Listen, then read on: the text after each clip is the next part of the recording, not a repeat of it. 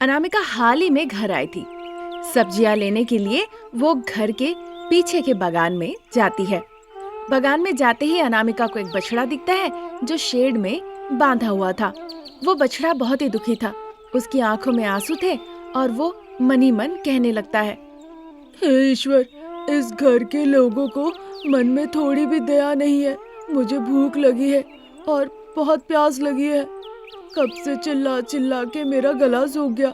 मैं बिल्कुल थक चुका हूँ। वैसे भी ये लोग मुझे खाना नहीं देने वाले हैं। कम से कम मुझे खेत जाने दे देते, मैं वहीं जाके कुछ घास खाता। वहीं पे तालाब से पानी पी के मन में थोड़ी सी खुशी मिलती। मुझे इस तरह से बांध के तकलीफ दे रहे हैं। जब वो ऐसा सोच ही रहा था, अनामिका उस बछड़े को रोते हुए देखती है और उसके पास आती है। उस कमजोर बछड़े को देखकर अनामिका को बहुत बुरा लगता है। तुरंत उसके आंखों में आंसू आ जाते हैं। वो आंसू जाके बछड़े के ऊपर पड़ता है तो बछड़ा देखने लगता है अनामिका को और वो मन ही मन सोचता है, इस घर का ये कौन इंसान है जिसको मेरे लिए तकलीफ हो रही है और वो आंसू बहा रही है। देख के तो लगता है ये इस घर की नई बहू है।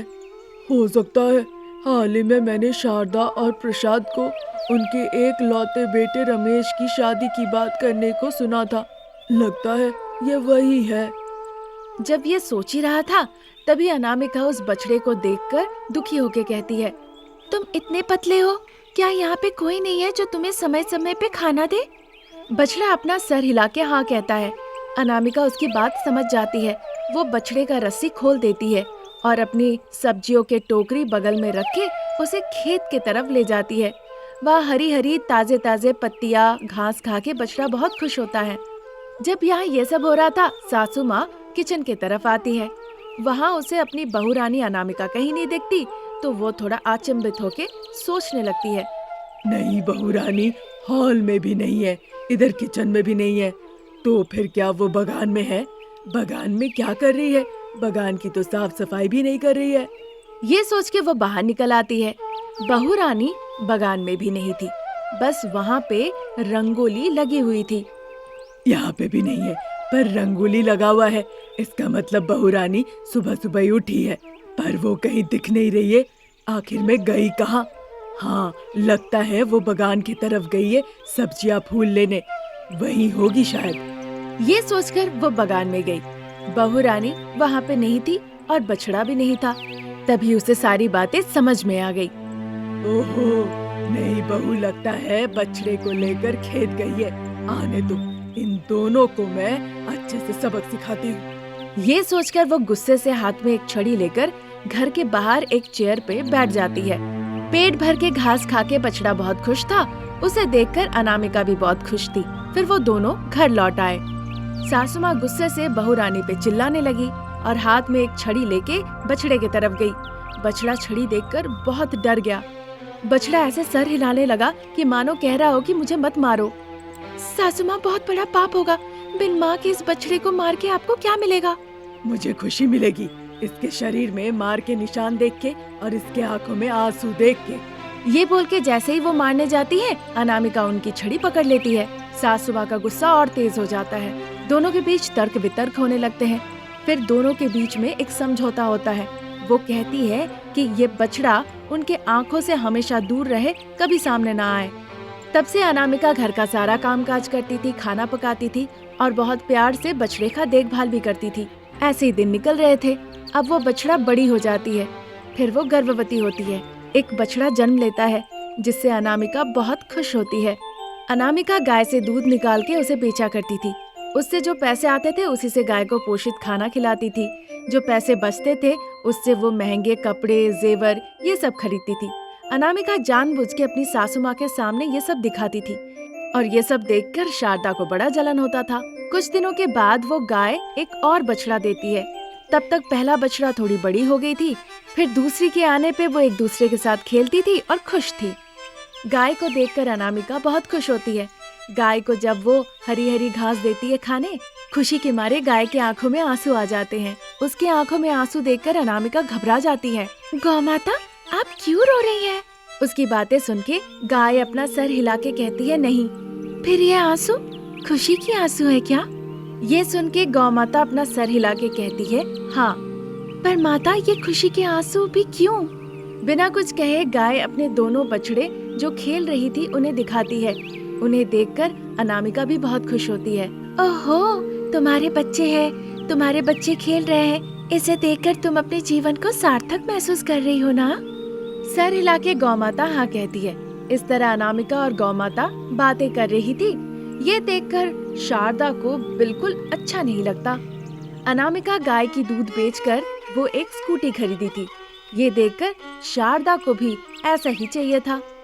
अरे वाह, जो गाय मैंने दिया उसी का देखभाल किया अनामिका, और उसी के दूध बेचकर अच्छे महंगे जेवर, कपड़े, साड़ी, स्कूटी सब कुछ ली और मुझे कुछ नहीं मिला। मैं अपना गाय वापस ले लूंगी।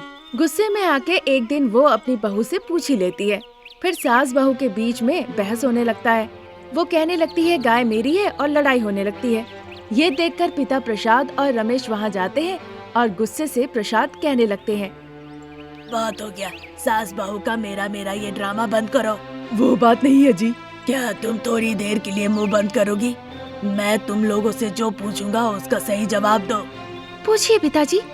शारदा बताओ, क्या बात है? मेरे परिवार ने एक बछड़ा दिया। बहू रानी अनामिका बछड़े का देखभाल करने लगी तो बछड़ा उसी का हो गया। अब वो बड़ी हुई, दूसरा बछड़ा दी। अनामिका दूध बेच बेच कर महंगे कपड़े, गहने सब खरीद रही है। तो इसमें क्या परेशानी है तुम्हें? मुझे गाय वापस चाहिए। ये कैसे संभव है? बहू ने उसे बहुत ही लाड़ प्यार जतन से बड़ा किया।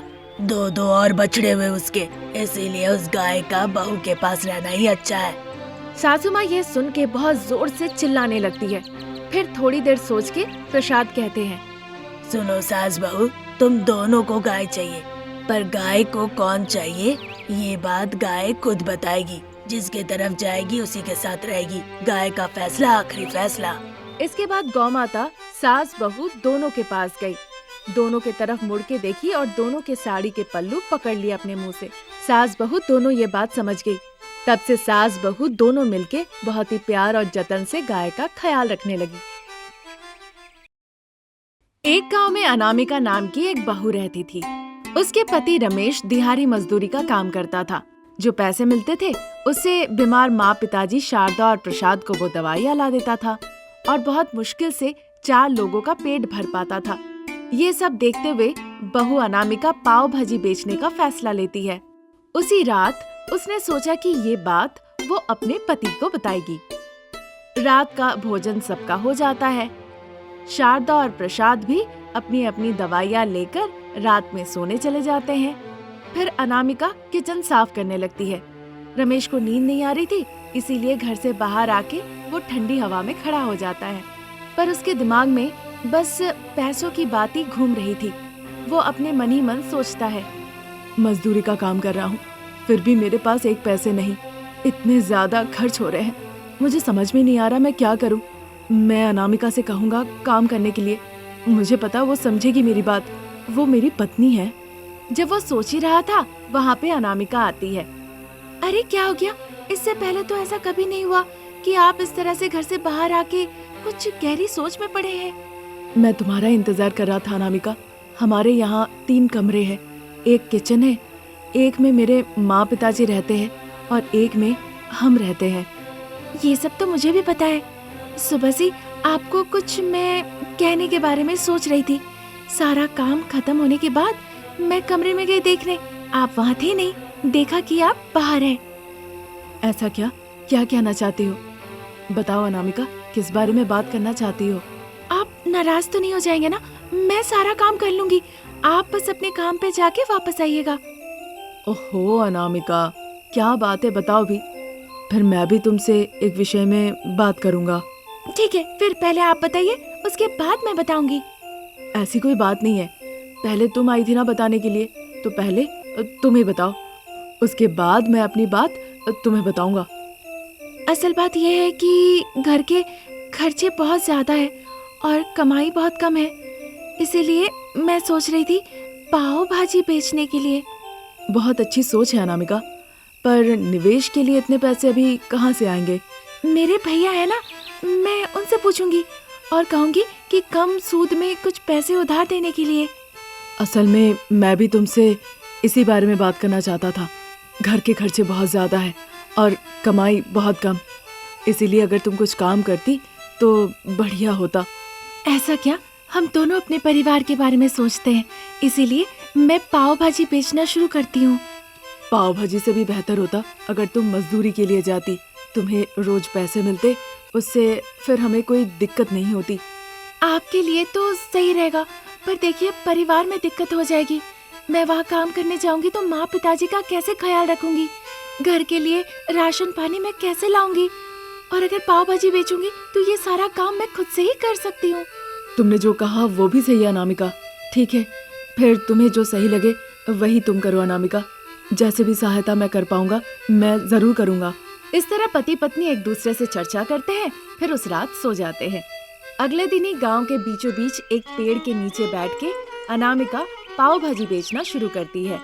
देखो अनामिका, आज तक मैंने हाथों से जो काम शुरू किया है वो काम सफल रहा है, ऐसा माँ कहा करती है। इसीलिए सबसे पहला पाव भाजी मैं तुमसे खरीदूंगा। ऐसा कह के पैसे देकर रमेश अनामिका से पहला पाव भाजी खरीदता है। पहला दिन था, इसीलिए अनामिका काफी डरी हुई थी। अनामिका डरी है ये बात रमेश गौर करता है। क्या बात है अनामिका, बहुत परेशान लग रही हो, डर लग रहा है क्या? हाँ जी, पहला दिन है, पहली बार है जब मैं पाव भाजी का व्यापार कर रही हूँ, इसीलिए मैं थोड़ी सी घबराई हुई हूँ। हाँ अनामिका, देखो पहले तुम थोड़ा नॉर्मल हो जाओ। अगर तुम इस तरह से डरोगी तो सब गड़बड़ा जाएगा। प्लेट की जगह कहीं और पाव भाजी दे दोगी, तुम्हारी बदनामी होगी। फिर देख लो, तुम्हारे दुकान में पाव भाजी खाने के लिए कोई नहीं आएगा। बाप रे, ऐसा नहीं होगा। मैं बिल्कुल नहीं डर रही हूँ और ना ही मैं घबरा रही हूँ। ठीक है, अपना ध्यान रखना अनामिका, मैं जा रहा हूँ। ऐसा कह के रमेश वहाँ से चला जाता है। फिर अपनी मन की शक्ति और भरोसे के साथ अनामिका पाव भाजी का व्यापार शुरू करती है। स्वादिष्ट गर्मा गर्म पाव भाजी, आइए बाबू आइए, एक बार खाएंगे तो उंगलियां चाटेंगे। पहला दिन है इसीलिए कम दाम है, आइए बाबू आइए। उसके ऐसे बुलाने पे कई लोग वहाँ पे आए। भाव कम होने के कारण लोगों ने जम के पाव भाजी खाया। फिर अनामिका को पैसे देकर वो वहाँ से चले गए। इसी तरह दिन निकल रहे थे। धीरे धीरे अनामिका की परिस्थिति में सुधार आता है। अनामिका रोज रोज पाव भाजी बेचा करती थी और इस तरह पैसे कमाया करती थी। अब धीरे धीरे अनामिका के आर्थिक परिस्थिति में भी सुधार आया। शारदा और प्रसाद की भी तबीयत में सुधार आई। अब पैसे जमा होने लगे तो अनामिका के मन में लालच होने लगी। एक दिन एक धनी आदमी भूपति उसके पास आता है। अनामिका, तुम्हारे फेमस पाव भाजी के बारे में सुना है। मेरी बेटी की शादी होने वाली है। अगर तुम अपना स्टॉल वहाँ पे लगाओ तो अच्छा रहेगा। पैसों की चिंता मत करना, बस ख्याल रहे कि वहाँ जो भी आए बस हमारी ही तारीफ करे। तुम जितना पैसे मांगोगी मैं दे दूंगा। ठीक है जी। ऐसा कह के फिर वो भूपति से कुछ पैसे एडवांस में ले लेती है। भूपति वहाँ से चले जाते हैं। फिर अनामिका मन ही मन सोचने लगती है, वैसे भी सभी लोगों को मेरा पाव भाजी बहुत पसंद है। यही सही वक्त है, मुझे मिलावट करना होगा। वैसे भी किसी को क्या पता चलेगा। बुरे ख्यालात अनामिका के मन में आते हैं। फिर भूपति की बेटी का शादी का दिन भी आ जाता है। उस शादी में अनामिका अपना पाव भाजी का ठेला लगाती है।